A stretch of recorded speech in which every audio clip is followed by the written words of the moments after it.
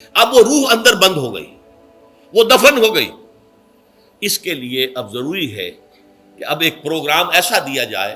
جو ریورس ہو جائے۔ دن میں روزہ رکھواؤ تاکہ وہ جو اینیمل انسٹنکٹس ہے وہ دبے، تو جب یہ وزن جو ہے اس کے اوپر کم ہوگا تو کچھ سائی آف ریلیف اسے ملے گی۔ جیسے بے ہوش آدمی پڑا ہے، اسے کوئی ہلکا سا ہوش آ رہا ہے، آپ نے پانی کے کچھ چھینٹے دیے، اس کے بعد آپ نے رات کو کھڑے ہو کر قرآن کے انوار کو اتارا، بارش برس رہی ہے روح انسانی کے اوپر،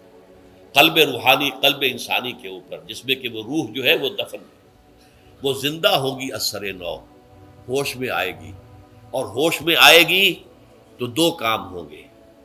ایک تو اسے قرآن کی عظمت کا احساس ہوگا، یہ قرآن میری حیات تازہ کا ذریعہ بنا ہے، میں دب گئی تھی، میں پس گئی تھی، میں بے ہوش تھی، میں نیم مردہ تھی، اس قرآن کی بارش نے، یہ ترشح جو ہوا ہے مجھ پر، اس نے مجھے حیات تازہ عطا فرمائی۔